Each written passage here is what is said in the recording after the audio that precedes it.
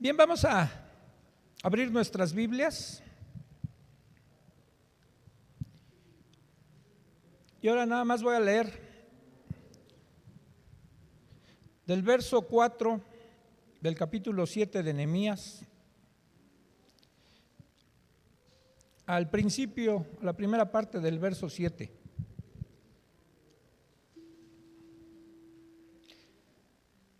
Dice así: porque la ciudad era espaciosa y grande, pero poco pueblo dentro de ella, y no había casas reedificadas. Entonces puso Dios en mi corazón que reuniese a los nobles y oficiales y al pueblo, para que fuesen empadronados según sus genealogías. Y hallé el libro de la genealogía de los que habían subido antes, y encontré en él escrito así: estos son los hijos de la provincia que subieron del cautiverio, de los que llevó cautivos Nabucodonosor, rey de Babilonia, y que volvieron a Jerusalén y a Judá, cada uno a su ciudad, los cuales vinieron con Zorobabel, Jesúa, y todos los demás. Oremos. Una vez más, Padre, nos das el privilegio, la libertad de reunirnos en este lugar.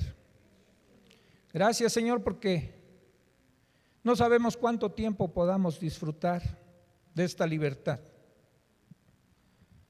pero danos un espíritu de valor, de denuedo, para los tiempos difíciles que se avecinan. Que tu pueblo pueda estar firme, Señor, que podamos estar firmes a lo que tú demandas de nosotros. Gracias porque ha aumentado el número en esta reunión de hermanos con hambre, con sed de tu palabra, Señor. Aliméntanos en esta noche, nútrenos, Señor, para que estemos fortalecidos en nuestro espíritu. Te lo pedimos en el nombre de Jesús. Amén.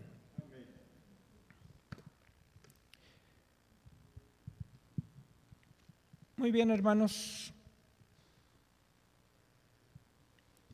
Vamos a continuar con el capítulo 7. No hay mucho, no voy a leer todas las genealogías. Si alguien se encuentra en su genealogía ahí, búsquese. Pero quiero preguntarles, ¿qué finalidad tenían las genealogías? Mira, si tú vas algún día, no, mejor no vayas. Es que te iba a decir, si vas con los mormones, pero no vayas. Pero los mormones te piden investigar tu árbol genealógico 4 generaciones atrás. Ellos, por una razón que es una herejía. Pero a los judíos, al pueblo de Israel, para ellos eran muy interesantes o muy importantes las genealogías. ¿Por qué?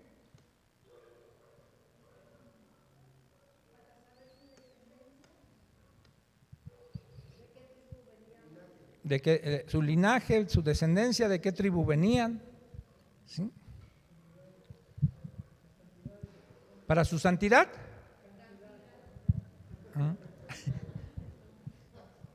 Yo dije, pues si es por genealogía o por ver mi descendencia y soy santo, pues voy a buscarme.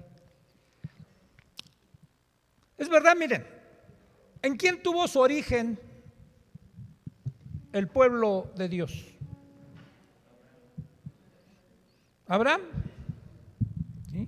Tú cuando lees la historia, ¿sí?, entonces empiezas a descubrir que Dios llamó a Abraham de una tierra de Mesopotamia, de Ur de los Caldeos, de una tierra idólatra, y lo sacó de ahí y le prometió a partir de él hacer una gran nación, y que todas las familias de la tierra en él iban a ser benditas. ¿Sí? Pero aclaró algo, le dijo, de tu simiente iban a ser alguien, refiriéndose a Cristo, para que esa bendición la recibiésemos todos. Y entonces ya después la escritura va aclarando que no son hijos de Abraham los que se dan por medio del linaje, ¿no? Sino de los que creen. Se convierten en hijos de Dios. Pero para este entonces, bueno, estamos en el Antiguo Testamento y ¿se acuerdan lo que vimos hace 8 días? Se terminan los muros, sigue habiendo oposición y Nehemías traza un plan. Al considerar la ciudad, ya ver una vez terminados los muros, puestas las puertas, puestos los atalayas, los centinelas que iban a estar en las puertas, ¿sí? Determina que las puertas iban a abrir hasta determinada hora, dice nada más hasta que el sol caliente, ¿sí? No dice la hora, pero hasta que el sol caliente, y se iban a cerrar, ¿sí? Una vez que el sol se pudiera ocultar, para cuidarse de que no hubiese invasión, no hubiese ataques de los enemigos, ¿sí? Y considera que la población que debe de estar en la ciudad todavía es muy poca. Hay muchas casas todavía en ruinas, hay muchos lugares todavía que reconstruir, ya no la muralla, sino de la ciudad, para que haya, digamos, una vivienda digna para habitarse.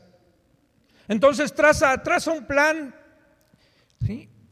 Pero ese plan tiene que ver con la cantidad de gentes, por eso él va a recurrir a buscar en los archivos, digamos, de ahí de Jerusalén, las crónicas o las genealogías, que se acuerdan en qué libro ya las vimos. Esta genealogía, en Esdras capítulo 2. Y si tú checas la genealogía que presenta Esdras y la comparas con la que está presentando aquí Nehemías, prácticamente es igual, ¿sí? No idéntica, pero prácticamente es igual. ¿Alguien notó algunas diferencias?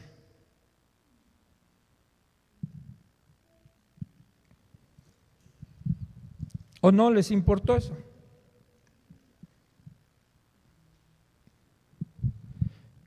Fíjense, yo marqué muchísimas. En el versículo 10 y 11 hay una pequeña variación en las cantidades. En el 13, en el 16, en el 18, 19, 20, en el 21, en el 22 cambia un poquito el nombre de una de las personas de los hijos de Jasún, de los hijos de Arf. En el 24, si ustedes van a la genealogía de Esdras, da otro nombre. Y así ustedes van a ir encontrando, pero al final de cuentas está tomando una genealogía de un archivo con algunas variaciones, porque pues han pasado muchos años desde que vino el primer contingente de los que retornaron a esta época. ¿Cómo cuántos años han pasado?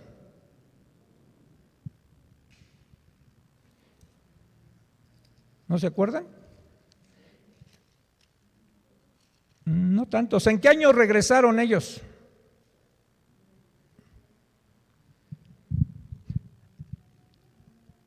¿En qué año retornaron?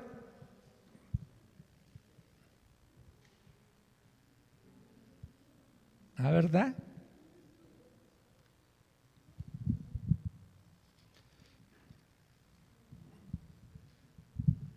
Los primeros cautivos regresan en el año 538.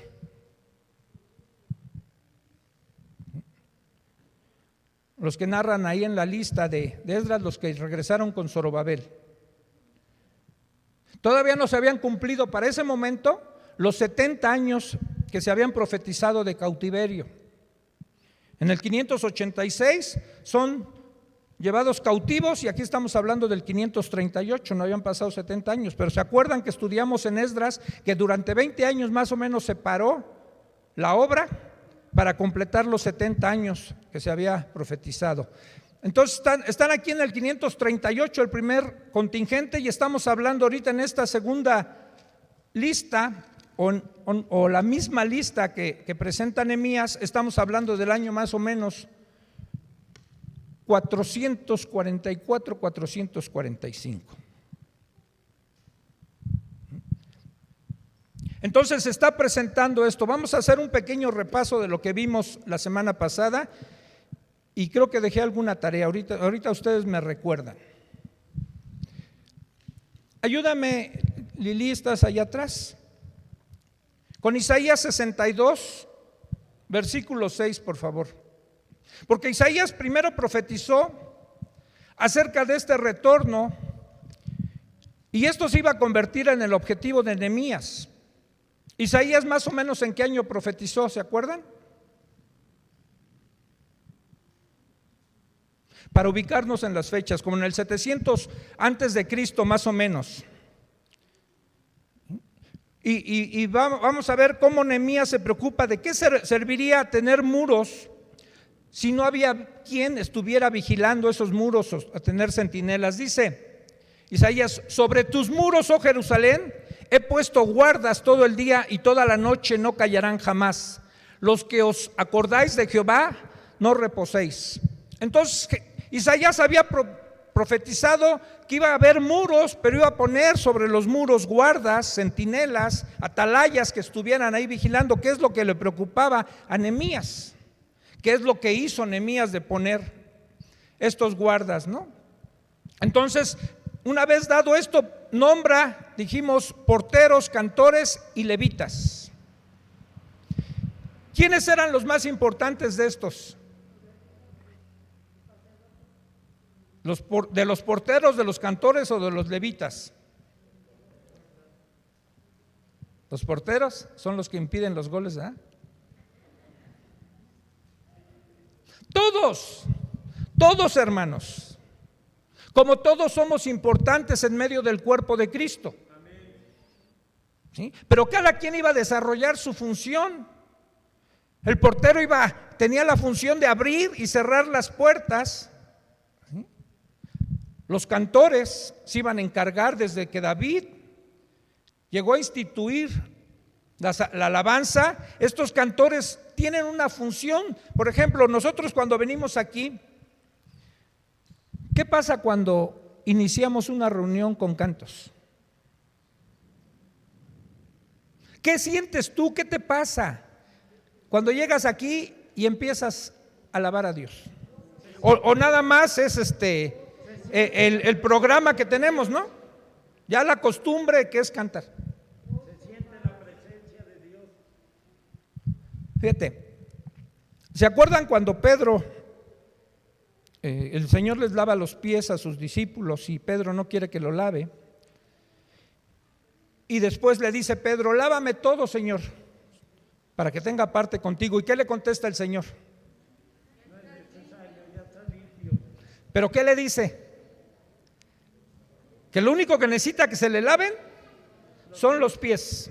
¿Por qué? Tú y yo, mira, ya estamos limpios por el sacrificio de nuestro Señor Jesús y haber creído en Él. Estamos limpios. Pero cuando salimos a este mundo, en algún sentido nos ensuciamos, nos contaminamos. Digamos, solo los pies. En la mañana fuimos a jugar frontenis y en el lugar donde dejamos el carro generalmente hay lodo. Y hace ratito que veníamos para acá mi carro está lleno de lodo, porque pisé el lodo y me ensucié. Pero el volante no, porque no toqué el lodo con mis manos, sino con mis pies. Entonces, esto solo como un ejemplo. Cuando salimos allá, mira, a lo mejor si tú estás en una oficina y en algún momento hay cierta contaminación porque estás con impíos y a lo mejor escuchaste groserías y algunas cosas, ¿sí? Y entonces necesitamos lavarnos un poquito. Y cuando vienes de ese ambiente hostil, si tú vienes ahorita, llegaste en el metro, ahorita pasamos por una estación del Metrobús y hay una fila, yo creo como de 150 gentes para entrar. No sé si controlan el acceso para que no todos entren, pero al menos para entrar estaban fuera de la estación del Metrobús, aquí en Coyuya. ¿Sí? ¿Sí? ¿Tú viajas por ahí? O sea, pero mucha gente, entonces van controlando el acceso. Imagínate, todo eso te empieza a crear cierto estrés. ¿Alguien se estresa con el tráfico? ¿No? Yo sí. Ayer tuve que ir a Polanco y de regreso le digo a mi esposa, chin, ya me metí aquí a Tiers y ya sé cómo era así cuando yo trabajaba ahí a veces de Ejército Nacional y Tiers a cruzar el circuito interior hacía 1 hora. Híjole. Dice, pues ya, acéptalo ya, estás aquí. Pero me estresa. Bueno, si tú no te estresas, pues qué bueno, ¿no? Disfrútalo, saca tu frasquito de burbujas, haz burbujitas ahí, ¿no? Pues prende tu estéreo a todo volumen y salte a bailar un ratito ahí. Entonces, todas esas cosas, ¿sí?, hacen que cuando lleguemos de allá afuera y entramos aquí, necesitamos entrar en un tiempo de relax, de reposo espiritual, y la alabanza cumple esa función.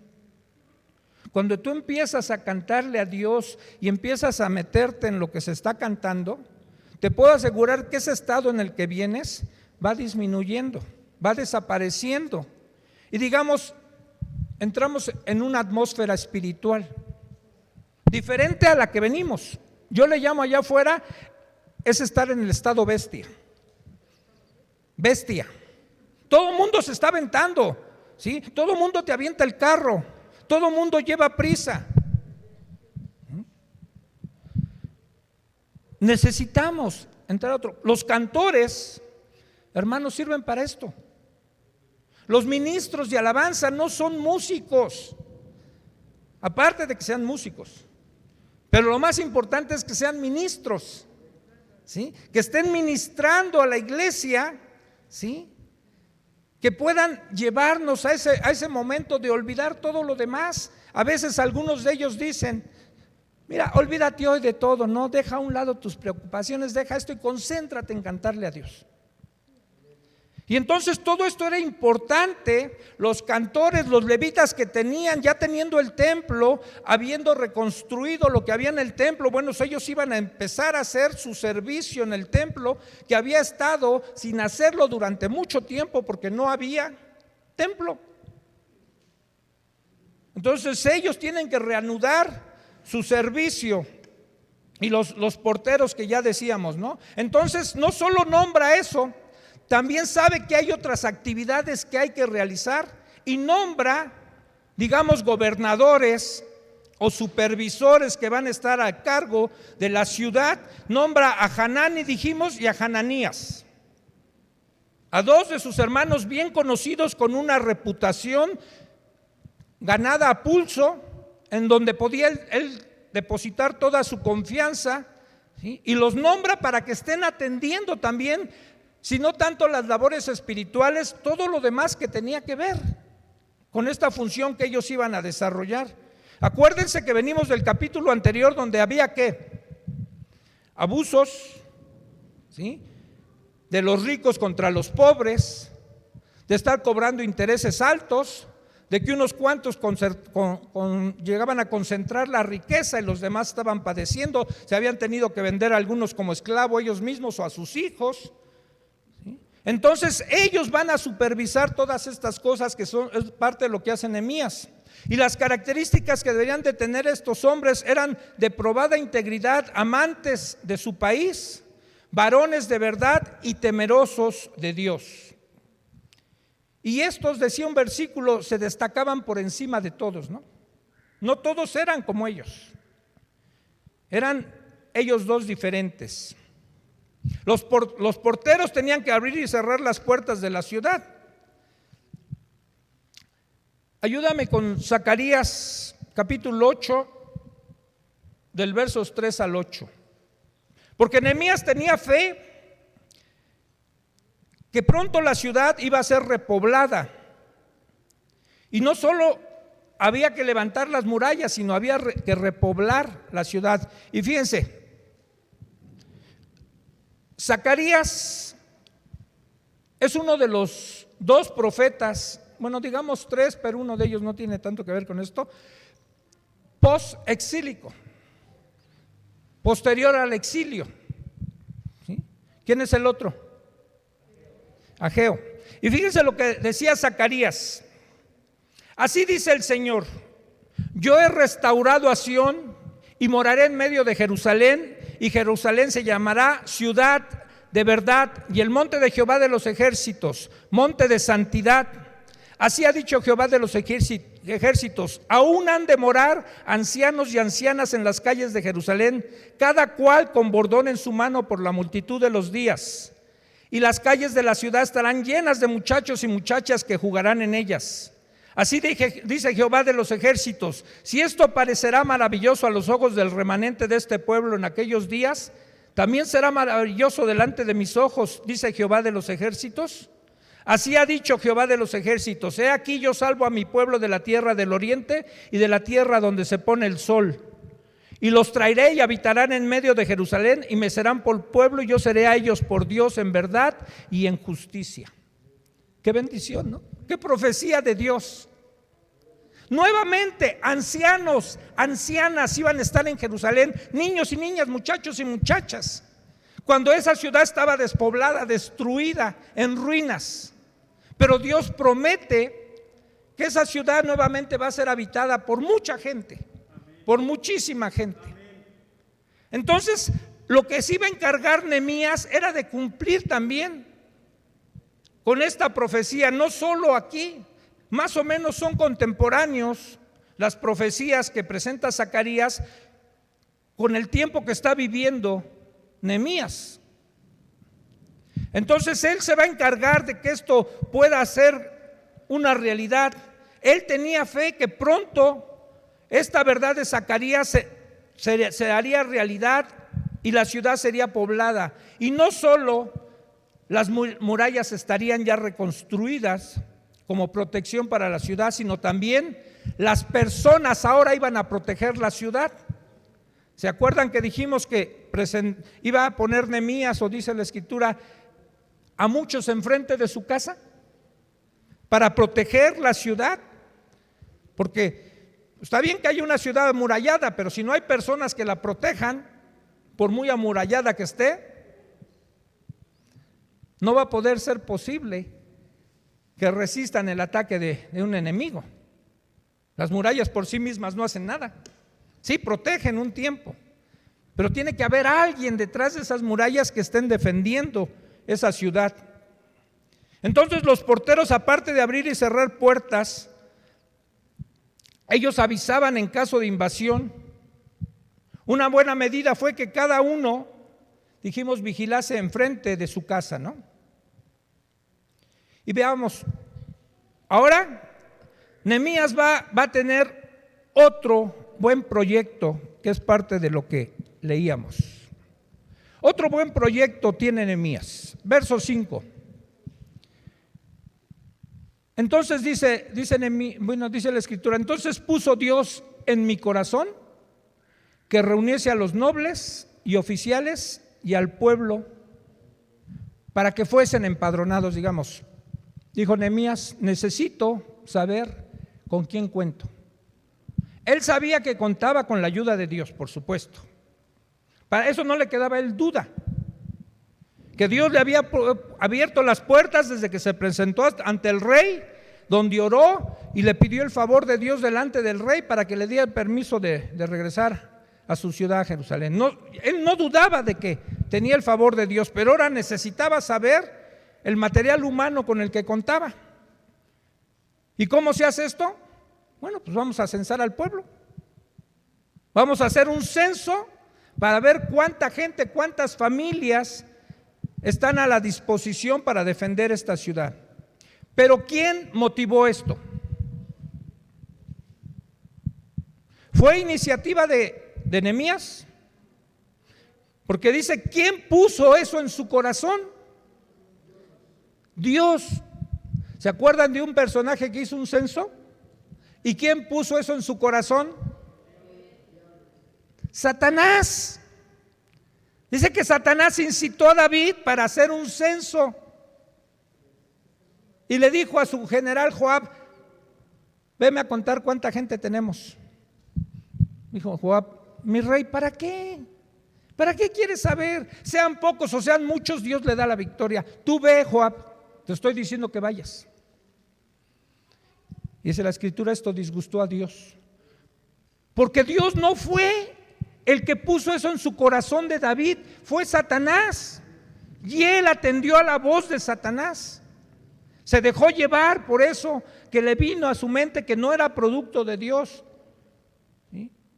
Y cuando Dios lo sabe, bueno, pues tiene que venir un castigo, ¿verdad? Y le dio chance. Todavía te doy 3 alternativas, escoge una de ellas. Y dice: prefiero caer en tus manos, Señor. Pero costó la vida de muchos, muchísimos en el reino. Pero aquí es Dios, dice, porque aclara: es Dios el que puso en mi corazón que reuniese a los nobles y oficiales y al pueblo, que ellos sean empadronados según sus genealogías. Y una vez que determina esto, se da la tarea de buscar, dice: y hallé el libro de la genealogía de los que habían subido antes, y en él encontré escrito todo esto. Entonces, poblar bien la ciudad era una de las metas, o la meta que tenía Nehemías. ¿Cómo la van a poblar? Acuérdense que venimos del contexto también de unos años atrás, ¿sí? Vamos a ver que, por ejemplo, en el capítulo 8 o hay una diferencia. ¿Saben más o menos cuántos años antes había llegado Esdras antes que Nehemías? Porque se supone que llegó antes Esdras, ¿no? ¿Cómo cuántos años antes había llegado Esdras?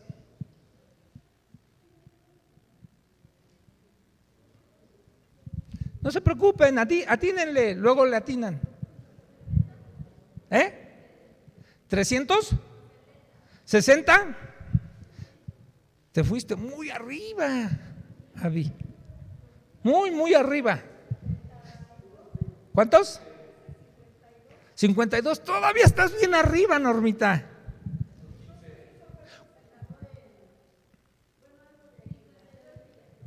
$52 días tardaron en reconstruir las murallas.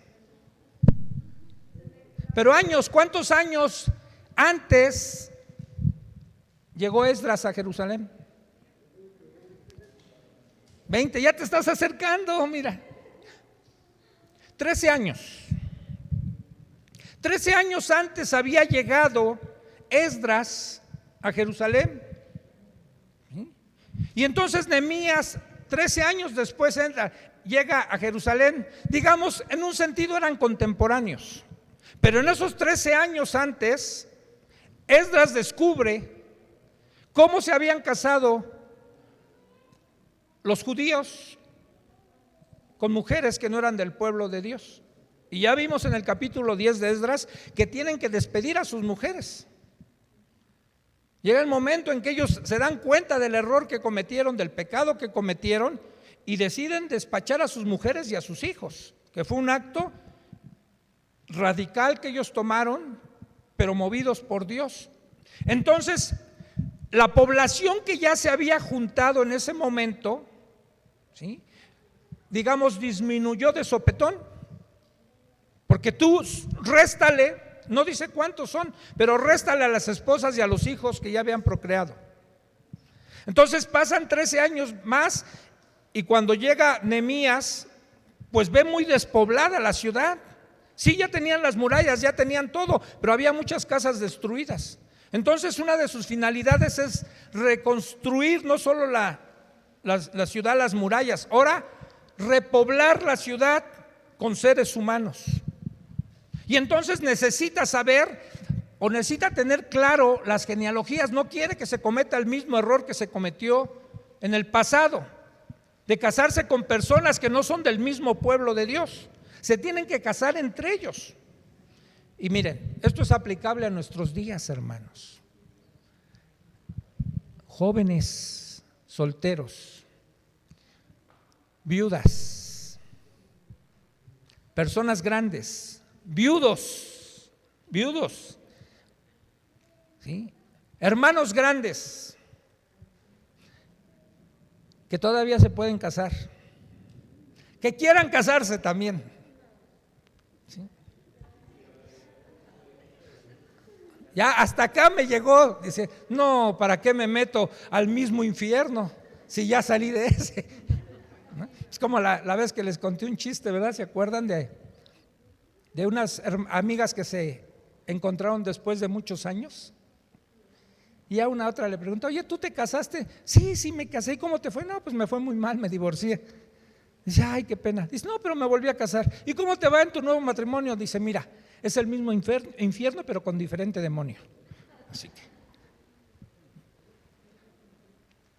Pero miren, sí, sobre todo para los jóvenes. Yo creo que todos los jóvenes en algún momento dado desean casarse. O deben de casarse, ¿no? Bueno, no cometas el error de casarte con alguien que no ame a Dios, que no conozca a Dios.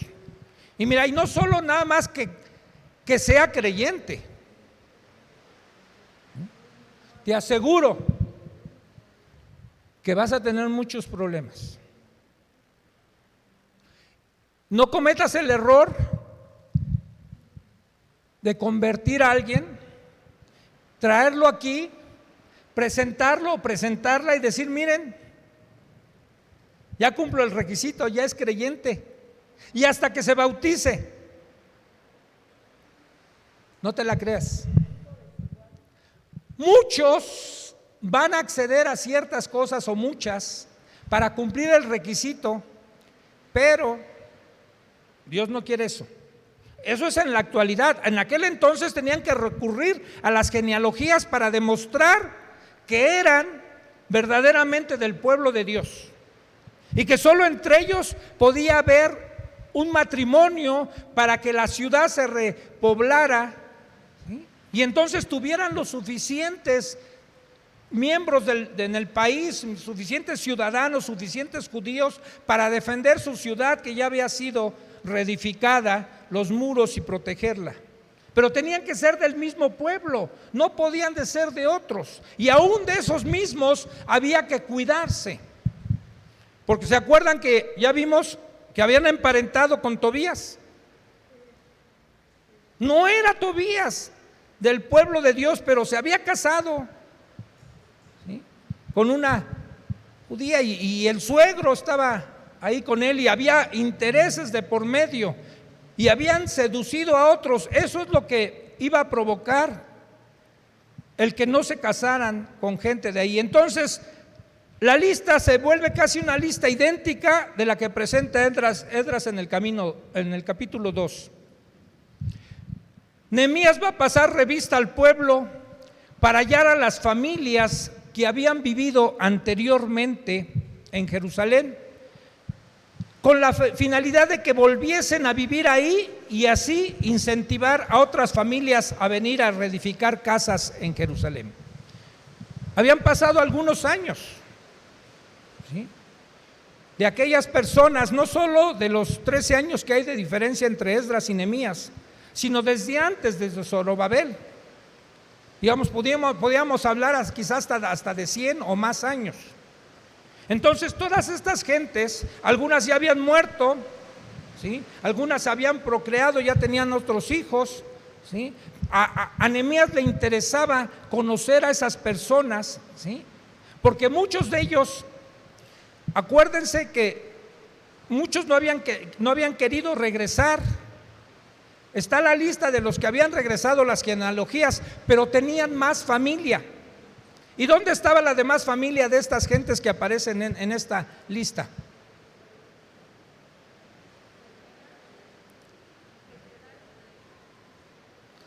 Se quedaron.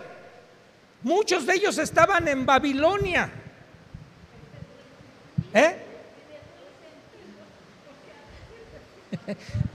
En el buen sentido, dice Caro, que estaban en Babilonia, ¿sí? En el mal sentido estaban en Babilonia también, en el mal sentido también, y que allá estaban muy cómodos, Ya habían construido casas artesonadas, dice el profeta Ageo, ¿sí? No se querían mover de ahí. ¿Ya para qué? ¿Para qué me voy para allá? Ya aquí me establecí, ya estoy bien. Pero Nehemías quería que esas gentes, buscando en la genealogía, quizás si estos que habían estado en la genealogía podía concentrarlos sus descendientes, y ellos mismos podían ser un motivo de incentivar a los que estaban allá de que regresaran a Jerusalén. Necesitaba gente, no era su lugar allá. Dios les había prometido que si ellos se arrepentían de todo corazón, donde estuvieran dispersos, desde allá los iba a traer y regresar a Jerusalén.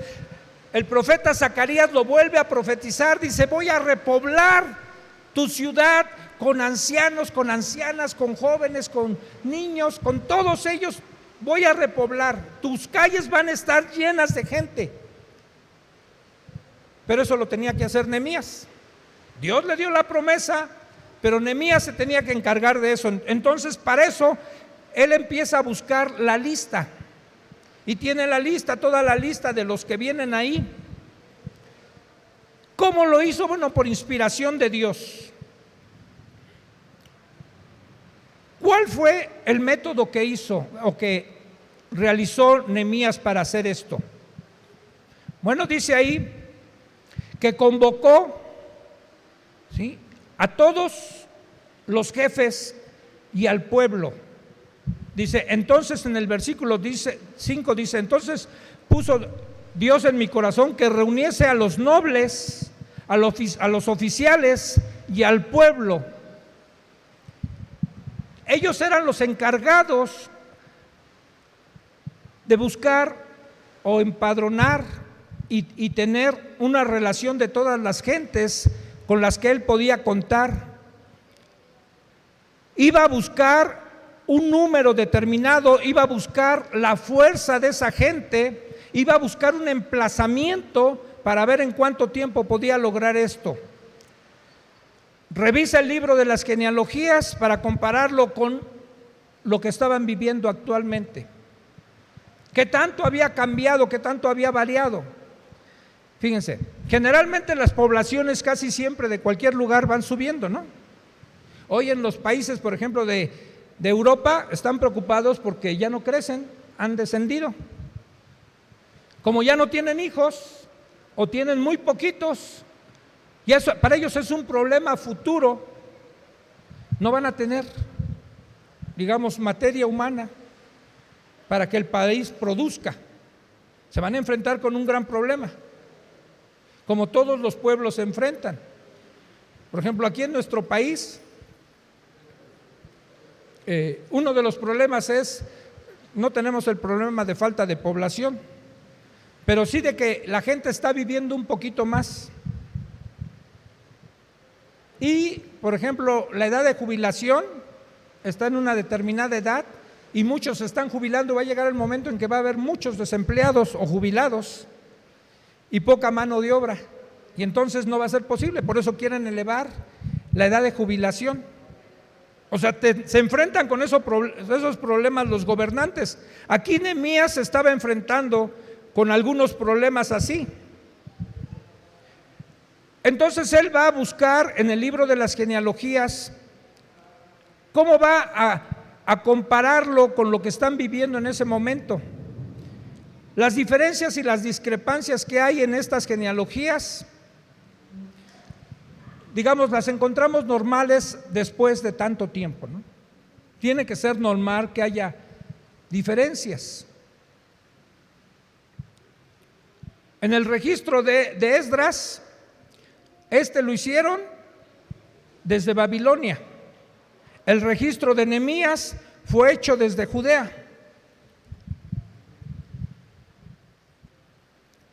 Y fue hecho desde Judea después de que reedificó los muros.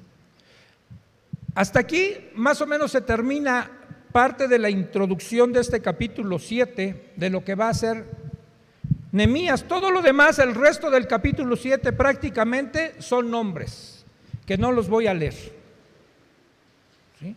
Son muchísimos versículos casi de puros nombres, ¿sí? Y entonces me voy a saltar hasta el verso 66. Dice: toda la congregación junta era de 42,360 personas, sin sus siervos y siervas, que eran 7,337, y entre ellos había 245 cantores y cantoras. Y ya viene después de animales, caballos, en fin, mulos, camellos. En el 70 dice: y algunos de las cabezas de familia dieron ofrendas para la obra. El gobernador dio para el tesoro 1,000 dracmas de oro, 50 tazones, y 530 vestiduras sacerdotales. Las cabezas de familia dieron para el tesoro de la obra 20,000 dracmas de oro y 2,200 libras de plata. Y el resto del pueblo dio 20,000 dracmas de oro, 2,000 libras de plata y 67 vestiduras sacerdotales. Y habitaron los sacerdotes, los levitas, los porteros, los cantores, los del pueblo, los sirvientes del templo, y todo Israel habitaron en sus ciudades. ¿Cuáles eran sus ciudades?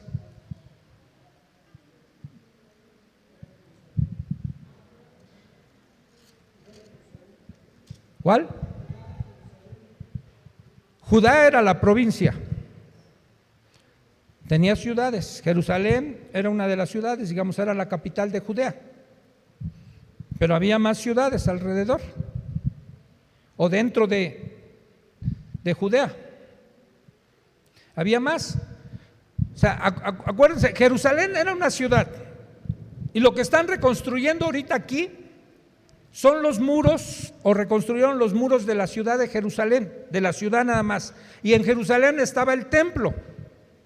Pero no era todo el territorio que tenía el pueblo de Dios. Si ustedes ven un mapa de Palestina, el mapa de Palestina tenía 6 provincias. Bueno, una de ellas no era exactamente de ellos, porque eran los samaritanos o Samaria.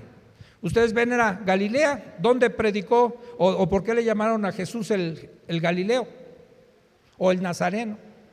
Porque vivía en Nazaret, y Galilea estaba en la provincia de Galilea, y había otras ciudades, Capernaum. Después estaba la provincia de Samaria, que no era propiamente de ellos, de los judíos, pero era la mezcla entre judíos y los impíos, se habían mezclado, ¿no? Estaba Judea, y del otro lado estaba Iturea, Perea y Decápolis, que quiere decir 10 ciudades. ¿Sí? Entonces todo eso correspondía al territorio de Palestina, que era la tierra santa, ¿sí? o la tierra de los judíos. Todo eso pertenecía a ellos. Entonces estaban dispersos en varias ciudades. Entonces cada uno de ellos termina el capítulo diciendo que habitaron todos estos sacerdotes, levitas, porteros, cantores del pueblo, los sirvientes del templo, y todo Israel habitaban en sus ciudades. Y era más fácil poder proteger la ciudad si todas las demás ciudades también estaban habitadas, no solo adentro en Jerusalén. Tenía que regresar, o la idea era que todo el pueblo regresara.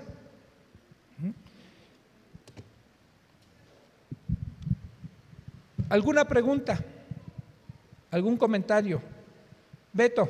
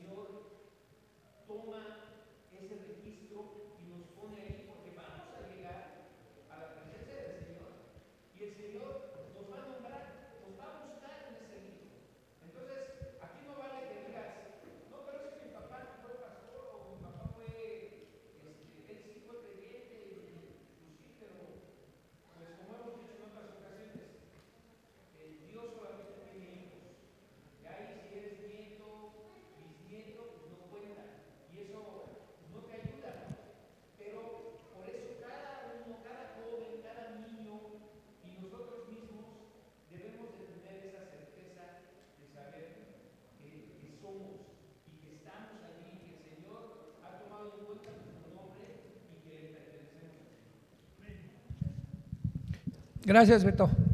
Bueno, no se va a oír, yo creo, en la grabación, pero Beto comentaba acerca de los versículos del capítulo 7, del verso 61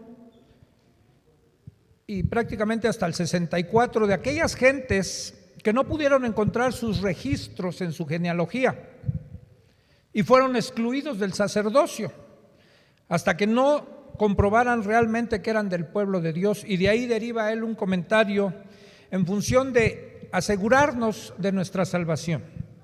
Y yo más bien diría, sí, cada uno de nosotros asegurarnos, pero más bien en función de nuestros hijos. Porque, miren, cuando vemos la Escritura, fíjate, en el Antiguo Testamento, a veces cuando llegaba el año del jubileo y eran perdonadas las deudas y los esclavos eran dejados libres, había algunos esclavos que decidían por voluntad propia seguir siendo esclavos porque su amo los había tratado bien y no querían quedar libres. Y entonces se horadaban la oreja y les ponían un aretito como símbolo de que ellos eran esclavos, digamos como esclavos libres. De manera voluntaria se hacían esclavos y ya seguían así, pero había muchos otros que, ¿qué creen? Que agarraban su libertad. Y entonces ya empezaban a hacer lo que querían. ¿Y qué crees que pasa en la iglesia? Mira, tu hijo mientras es chiquito no pone objeción. Viene aquí, a lo mejor porque tú lo obligas. Y no des por hecho de que está viniendo y se está haciendo creyente. En el momento en que adquiera su libertad, y no me voy a referir a la edad de la adultez de 18 años, cuando ya la gente puede decidir por sí misma. Hay unos que se van a rebelar antes, otros quizás después, y empezamos a ver a jóvenes que una vez que se quitan el yugo de los padres, se van de aquí. Y ellos deciden. No decidieron hacerse esclavos de Cristo, ¿sí? No decidieron seguir a Cristo, sino ahora ya deciden ellos y se van. Por eso es que nosotros debemos de estar ocupados, los que somos padres de hijos o los que sean padres de hijos que van en proceso de desarrollo, de crecimiento, ¿sí? Fíjate cómo van. ¿Qué es lo que provoca que un hijo se rebele? No quiera tener nada que ver con la iglesia. ¿Qué crees que sea?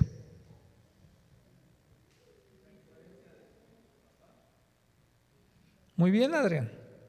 Espero que no solo sepas la respuesta. La incongruencia que ven los padres, que vienen y dicen que profesan algo, pero viven una vida totalmente diferente a lo que dicen profesar. ¿Quieres ejemplos? Yo pensé que querías un ejemplo.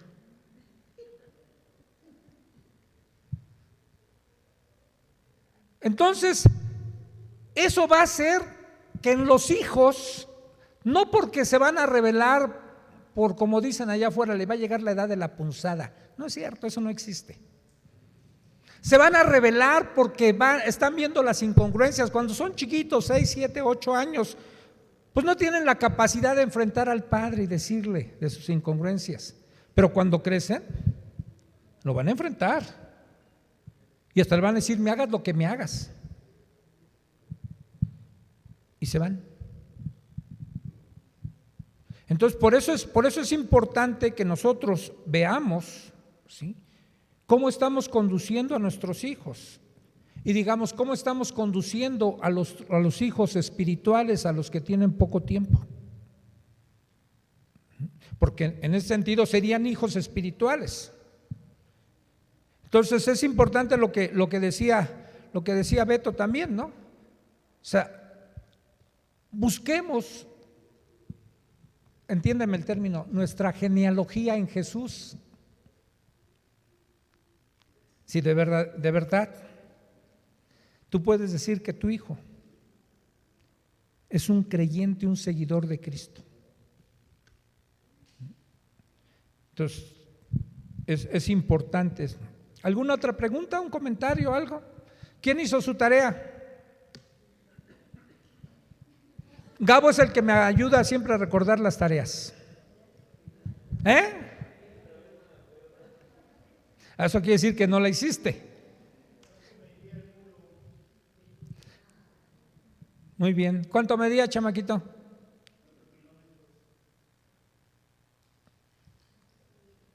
Con 500 metros más, ¿no? 4,5.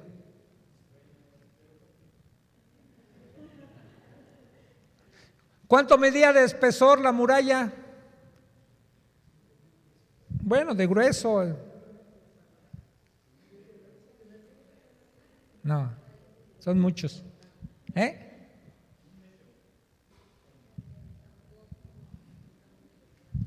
2,5. ¿De altura? 1,500 metros. No, era la Torre de Babel esa.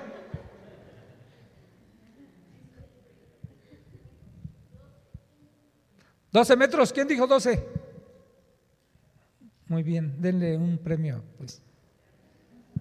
Pero algo más, les había dejado de tarea, ya para la próxima la voy a apuntar.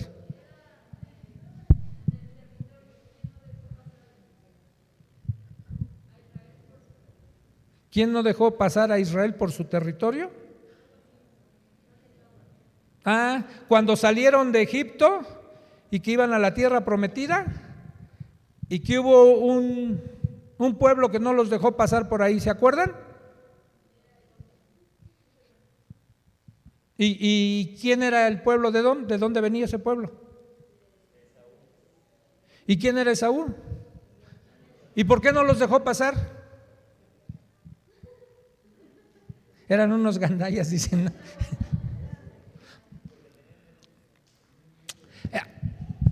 Creo que el domingo algo así estaba diciendo en Acueducto.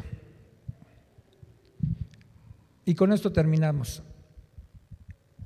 ¿Se acuerdan las broncas que tuvieron Esaú y Jacob? Y cuando le roba la primogenitura, y sí le roba la bendición, la primogenitura él la despreció, Esaú. Y una vez que le roba la bendición, le dice Esaú a Jacob: llegarán los días o el término de los días de mi padre, y entonces yo te voy a matar. Huye Jacob. ¿Y qué crees que pasa cuando tú tienes resentimientos, odio, deseos de venganza contra una persona? ¿Qué pasa?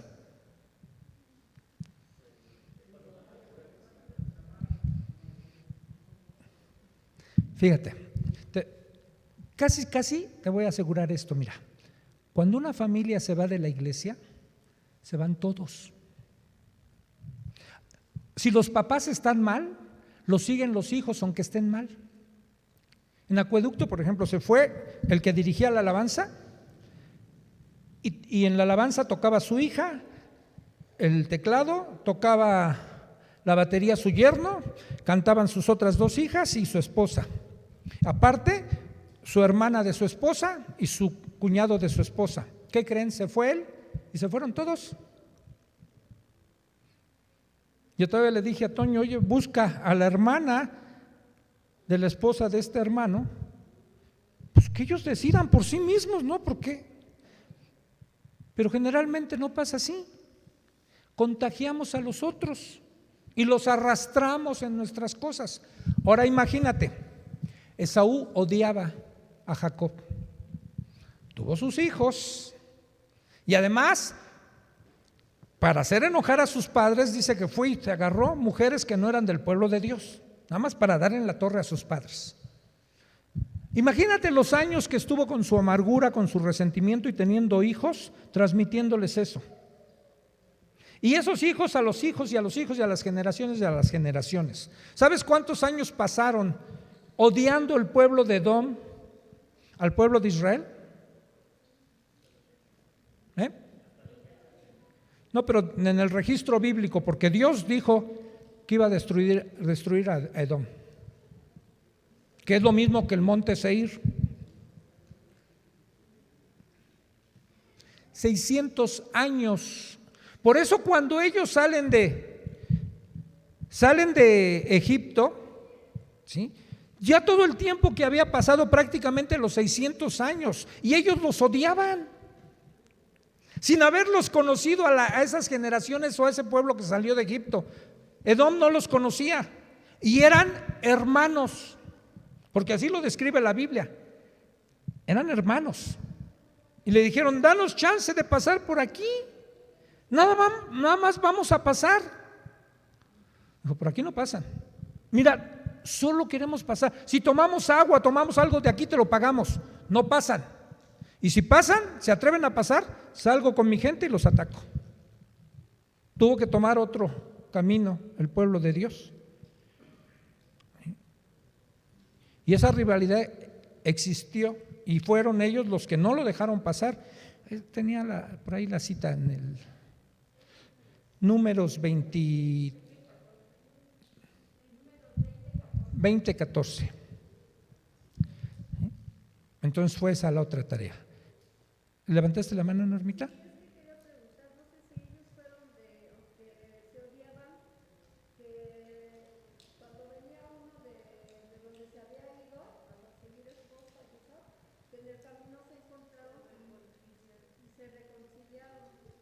Esaú y Jacob se reconciliaron ellos.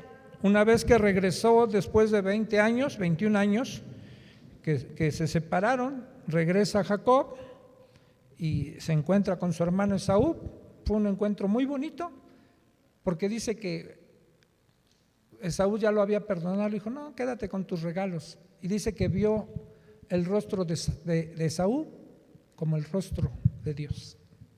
Eso es lo que pasa con el perdón, hermanos. Podemos ver el rostro de Dios en el perdón. Terminamos, vamos a orar. Te agradecemos, Padre, por tu palabra. Te agradecemos porque nos dejes el registro de hombres como Nehemías, hombres con visión, con propósito, hombres que no se echaron para atrás en lo que tú les encomendaste, que los llenaste de tu espíritu, de sabiduría, y pudieron cumplir cabalmente con la encomienda que tú les diste.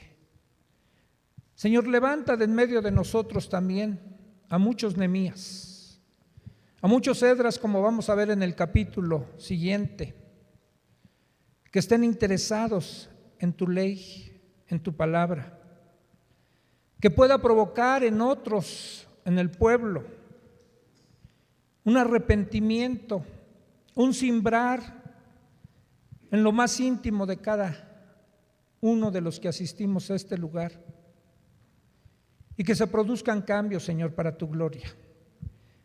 Gracias, Señor, por estos hombres, pero gracias sobre todo por tu Hijo. En ese nombre te lo pedimos. Amén. Matrimonios, nos vemos el viernes. El viernes nos vemos, matrimonios.